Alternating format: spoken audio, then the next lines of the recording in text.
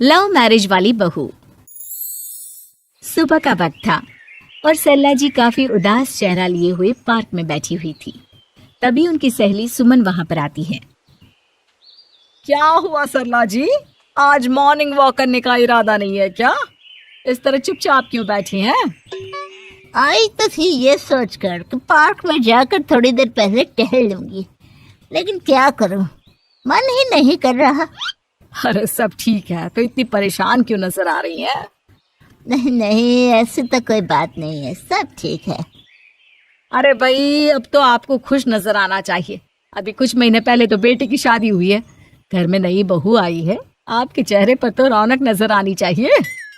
अरे छोड़ो भी, आजकल की बहुओं के बारे में क्या बताऊं आपको। क्यों, क्या हुआ बहन जी, कोई परेशानी है क्या? कुछ किया क्या बहू रानी ने? अरे भाई, अभी तो शादी को 6 महीने हुए हैं। अब आपसे क्या छुपाना, आप तो जानती है मेरे बेटे ने लव मैरिज की है और मुझे ना इन लव मैरिज वाली बहुओं पर बिल्कुल भरोसा नहीं। ना जाने कब मेरे बेटे के कान भर दे। अरे लेकिन सरला जी, आपके बहू बेटा तो आपके साथ ही रहते हैं, फिर आपको इस बात का डर क्यों है?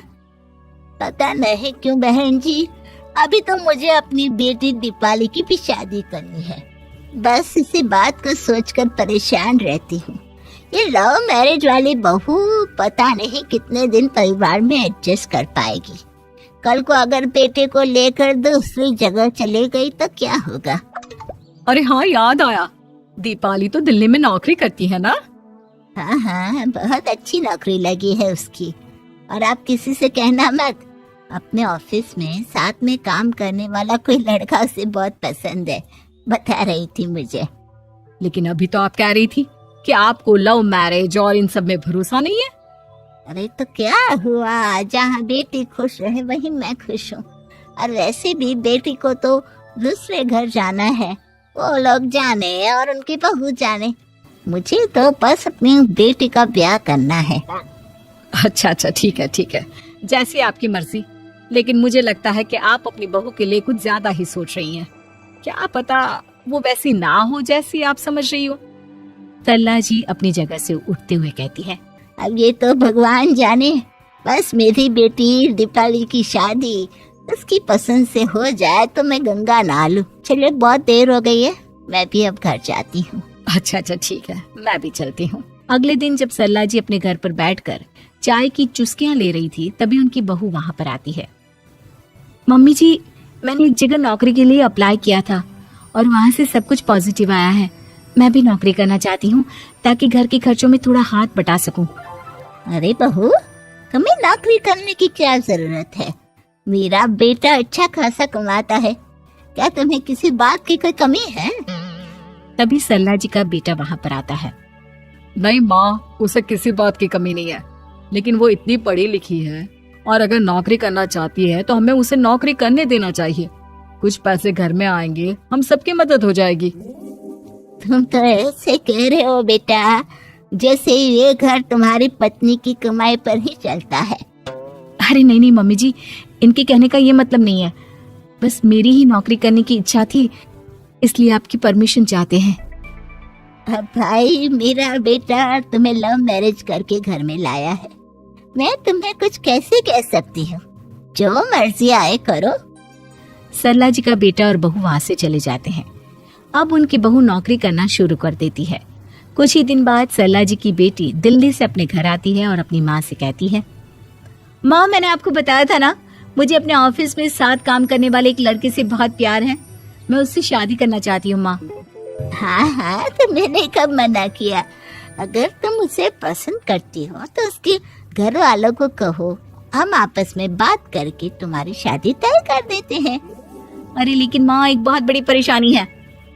क्या परेशानी है बेटा? माँ, वो लड़का बहुत अच्छा है, लेकिन कुछ ज्यादा ही पैसे वाले घर से उसके माँ बाप।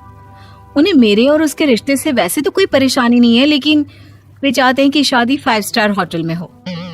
अरे ऐसे कैसे, हम तो मिडिल क्लास लोग हैं, हमारे लिए 5 स्टार होटल में शादी करना कोई आसान काम थोड़ी ना है। लेकिन माँ, मैं क्या करूँ? मैंने उनसे बात करने की बहुत कोशिश की, बस एक इसी जगह बात अटक गई है। साफ साफ कह दो बेटा, शादी करनी है तो ठीक है, लेकिन ये 5 स्टार में शादी करने वाली शर्त मैं नहीं मान सकती। अरे कैसी बात कर रही हैं आप मम्मी जी? अगर दीपाली को कोई लड़का पसंद है तो हम उनकी शादी के लिए पूरी कोशिश करेंगे, और अगर बात पैसों की है तो कोई परेशानी नहीं है। हाँ हाँ, तुम्हें तो बस बहुत आसान लगता है सब। जिस तरह तुमने मेरे बेटे से इतनी आसानी से शादी कर ली, सारे काम उतने आसानी से नहीं होते। समझ में आया? हर काम करने में पैसे लगते हैं।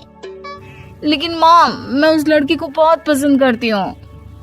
सही बात है बेटा, लेकिन तुम उस लड़के से साफ साफ कह दो, अगर उसे तुमसे शादी करनी है तो अपने घर वालों को मनाए। अगर नहीं मना सकता तो तुम दोनों अपनी गृहस्थी अलग से कहीं सेट कर लो। कोई जरूरत नहीं है अपने माँ बाप के साथ रहने की। मम्मी जी, ये आप क्या कह रही हैं? मैं भी तो आपकी बेटी के साथ लव मैरिज करके आई हूँ। अगर मैंने भी ऐसा ही किया होता तो? लो, अब तो मुझे उल्टा जवाब देने लगी। देखो बहू, मैं तुम्हारी सास हूँ, मुझसे ठीक से बात करो। लेकिन माँ, भाभी ठीक तो कह रही हैं।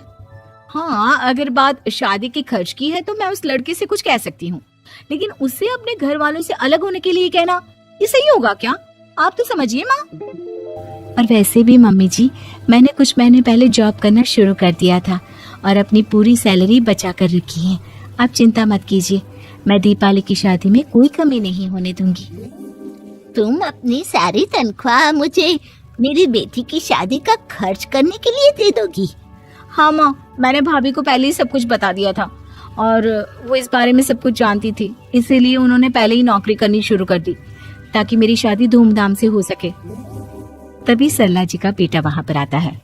देखा माँ, जैसा हम हर समय समझते हैं वैसा होता नहीं है। आपको लव मैरिज करने वाली बहू से नफरत थी ना, लेकिन अपनी ही बेटी की लव मैरिज पर आपको कोई एतराज नहीं था। ये तो गलत बात है ना। हाँ बेटा, सही कह रहे हो तुम। बहू, मुझे माफ कर दो, मैंने तुम्हारे बारे में गलत सोचा। आज से मैं बहू और बेटी में कोई फर्क नहीं करूंगी, और अपनी लव मैरिज वाली बहू से तो बिल्कुल नफरत नहीं करूंगी।